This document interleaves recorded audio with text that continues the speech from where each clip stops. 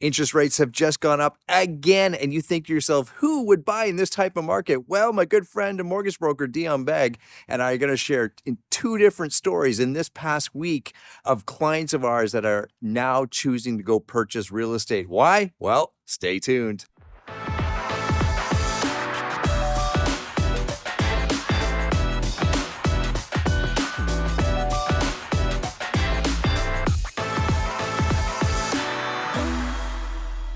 Yes, my friends, here we are with our favorite mortgage broker, Dion Beg. How you doing, my man? Hey Gary, I'm good, man. I upgraded my microphone, so hopefully you can hear me clear this week. I like it. And I'm in a different studio. I'm at one of our brokerages has a studio right in house. So we're on the fly today and I love it. And wouldn't you know it, we're going to talk about, why people choose to sell their home or in fact, why do people choose to buy a home even in a market like this where interest rates, we've been talking about it, have been going only one way and life still moves on, my friends. And Dean and I are going to kind of peel that onion away. And I know many people have asked me, and I'm sure you too, Dion, why would I sell today or why would I buy today? Well, you're not in the same shoes as some of the stories we're going to share today, right? Exactly, exactly. I mean, it seems that in any market, there's always a need for transactions to happen, be they sort of uh, be they the desire of the homeowner or the buyer or external circumstances which are driving them in that direction. But yeah, there's even just in the last week or so, there's some stories that came up that I'm sure your clients might be able to relate to, or somebody in their network can relate to. But yeah, I think firstly, did you want to talk about the scenario you were mentioning before we jumped on?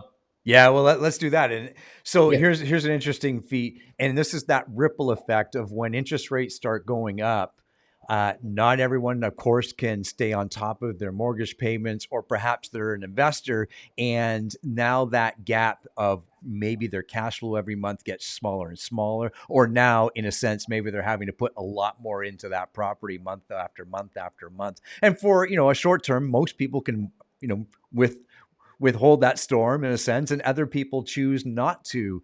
And here's a scenario where I got a phone call earlier this week, in a sense, from first time home buyers, because where they are living, where they've been renting for a number of many years, that landlord chose to sell the property. And now what is that ripple down effect? Well, the new buyers, Dion, are now the end user. They're moving into that home in several months, and of course, they're asking the tenants to leave. And we can get that's a whole other conversation of how that happens and everything else. But we can talk about that another time.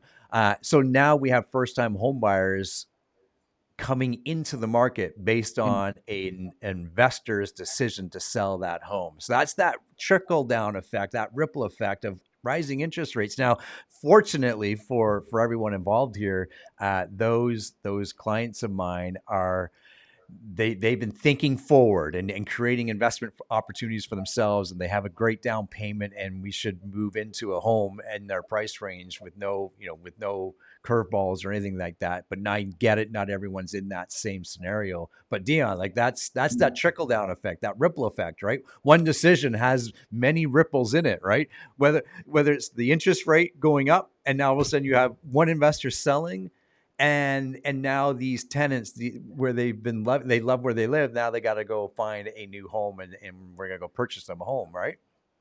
Yeah, and I mean, you're fortunate that, like you said, your tenants, your clients who happen to be the tenants in this scenario, have sort of laid the plans for a transition into home ownership.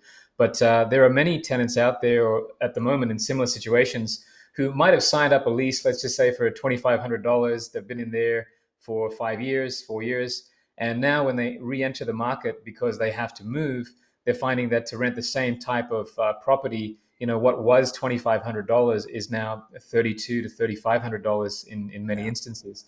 And so that kind of segues to a story that came out of my business this week. So we have a client who is going through the process of separation.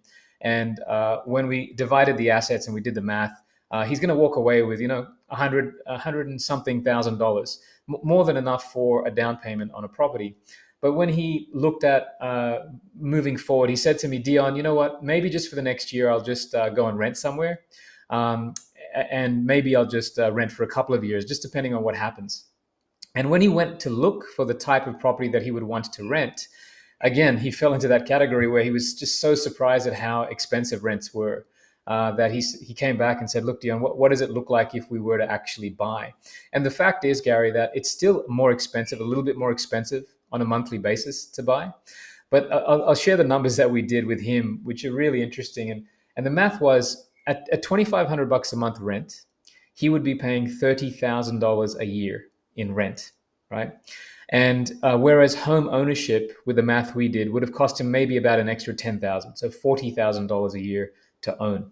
Mm. Now, when we extrapolate that over 10 years, if he was to rent, he would pay $300,000 in rent, assuming no rent increases, which there will be even at government mandated increases. But let's just call it 300 grand spent with nothing to show for it in terms of equity.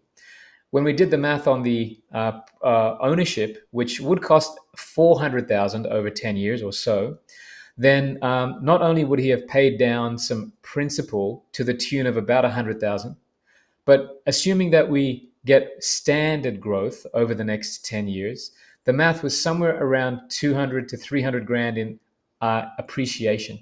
So owning was going to put him around $400,000 ahead in terms of net worth. Yes, it would have cost him an extra 100 grand over 10 years.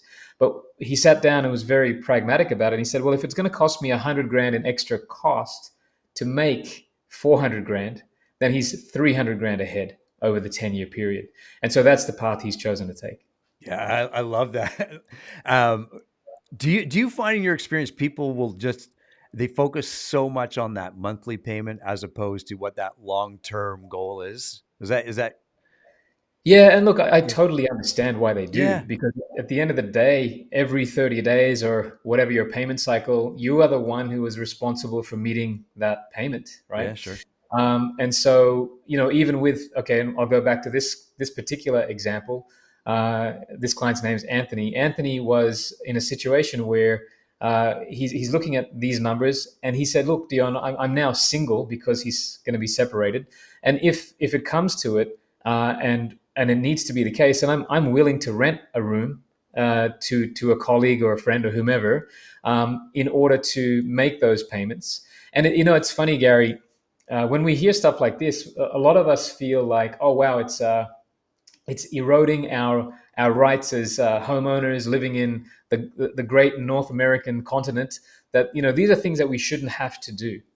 But if you look at the rest of the world, and you look at how much is the case that single family home with a white picket fence is the reality, it is not the reality for the majority of the world.